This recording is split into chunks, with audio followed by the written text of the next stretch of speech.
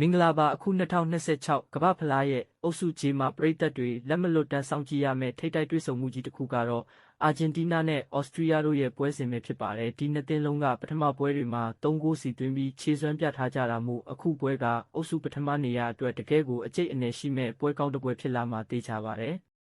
ဘယ်ကွင်းမှာကံမလဲဆိုတော့ Dallas American ကွင်းမှာကစားမှာပါ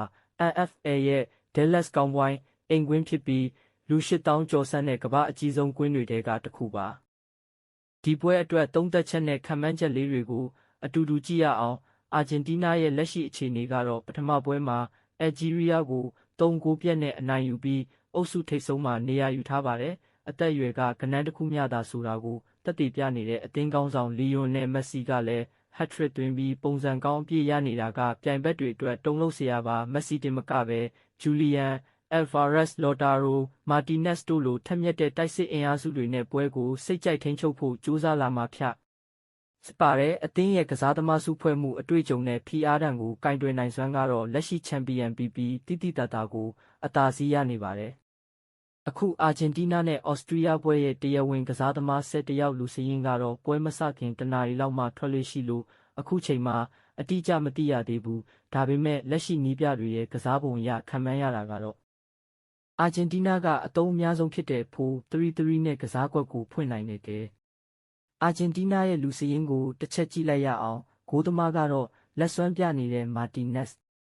နောက်ခံလူ၄ယောက်ကတော့ညာနောက်ခံလူနေရာမှာမိုလီနာရဲ့ဗဟိုနောက်ခံလူတွေဖြစ်ရိုမီယိုနဲ့အတူအိုတာမန်တီဒါမှမဟုတ်ဘာလာဒီတို့တွဲဖက်ပါဝင်မှာဖြစ်ပြီးဘယ်နောက်ခံလူကတော့တာဂလီယာဖီကိုပဲဖြစ်ပါတယ်။ကွင်းလယ်လူ၃ယောက်ဆိုရင်တကယ့်အင်ဂျင်ကြီးတွေဖြစ်တဲ့ဒီပေါ်ရဲ့အန်ဇိုဖာနန်ဒက်စ်နဲ့မက်အယ်လစ္စတာတို့ကကွင်းလယ်ကိုထိန်းချုပ်သွားမှာဖြစ်ပြီးတော့ရှေ့တန်း၃ယောက်ကတော့ညာတောင်ပံမှာထူးထူးခြားခြားပြောနေစရာမလိုအောင်သိနေပြီးသားဖြစ်တဲ့စိတ်ကြီးမက်ဆီရဲ့အထောင်တိုက်စစ်မှာဂျူလီယန်အယ်ဗာရက်စ်ဒါမှမဟုတ်လေလာရာရိုမာတီနက်စ်နဲ့ဘဲတောင်ပံမှာတော့လူငယ်ကျယ်ပွင့်လေးဖြစ်တဲ့ဂါနာချိုဒါမှမဟုတ်နီကိုဂွန်ဇာလက်စ်တို့ပွဲထွက်လာဖို့ရှိနေပါတယ်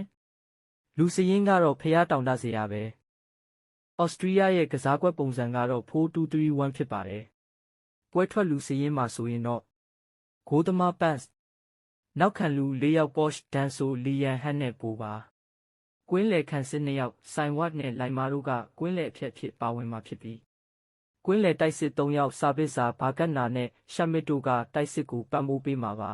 ။အထောင်တိုက်စစ်မှုဝါရင်တိုက်စစ်မှုကြီးအာနော်တိုဗစ်ကဂိုးသွင်းဖို့တာဝန်ယူသွားမှာဖြစ်ပါတယ်။ဒီလူစရင်းတွေအရပွဲကြိုခံမှန်းချက်ကတော့ဘောလုံးပွဲဆိုတာကန်တဲ့ဆိုင်လို့ဘာမဆိုဖြစ်သွားနိုင်ပေမဲ့လက်ရှိပုံစံနဲ့အင်အားချင်းအရတော့အာဂျင်တီးနားက65%လောက်အနိုင်ရဖို့ရေပန်းစားနေပါတယ်။ဩစတြီးယားကတုံ့ပြန်ကစားမှာဖြစ်လို့ပွဲကတော့အပြန်အလှန်ရှိနိုင်ပြီးဂိုးရလက်အနေနဲ့2ဂိုးတူမြဒါမှမဟုတ်2ဂိုး1ဂိုးလောက်နဲ့အာဂျင်တီးနားပဲကတ်နိုင်သွားမလားလို့ခန့်မှန်းမိတယ်ဒီပွဲမှာအကျိတ်အနယ်ရှိနိုင်ပေမဲ့အာဂျင်တီးနားနိုင်ဖို့များတယ်လို့ထင်တယ်ပရိသတ်တို့ရောဘယ်အသင်းဘက်ကရှိလဲပွဲရလက်ကကောဘယ်လိုထွက်လာမယ်လို့ထင်ကြလဲကိုယ့်ရဲ့ခန့်မှန်းချက်တွေကိုကွန်မန့်မှာရေးသွားပေးကြပါဦးဗျာ